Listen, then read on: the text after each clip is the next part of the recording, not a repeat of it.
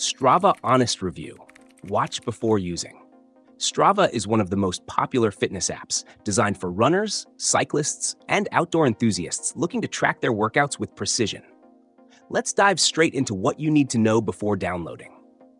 Strava's standout feature is its GPS tracking, which allows users to map out routes and analyze every detail of their performance, from pace to elevation gain.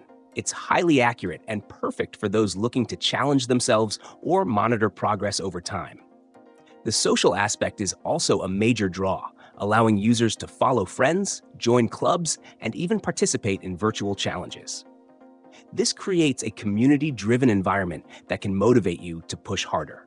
However, if you're someone who prefers to keep your workouts private, be aware that Strava's default settings are public, so you'll need to manually adjust privacy settings.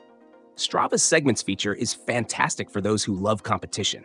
It breaks down your routes into smaller sections, letting you compare your performance against others who've done the same path. This can be a big motivator for competitive athletes. For premium users, Strava offers advanced metrics like heart rate analysis, training load, and recovery insights, making it a powerful tool for serious athletes. However, the free version might feel limited if you're after in-depth performance analytics. Strava is not just for running and cycling. It supports multiple sports, but its strength clearly lies in endurance activities. One downside is the battery drain. GPS-heavy apps like Strava can significantly impact your phone's battery life, especially during long workouts. Additionally, while the app offers a clean interface, it can be overwhelming for beginners with its multitude of features and settings.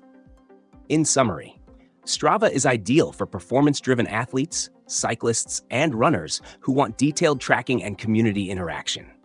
But if you're casual about your workouts or looking for more privacy and simplicity, you might want to explore alternatives.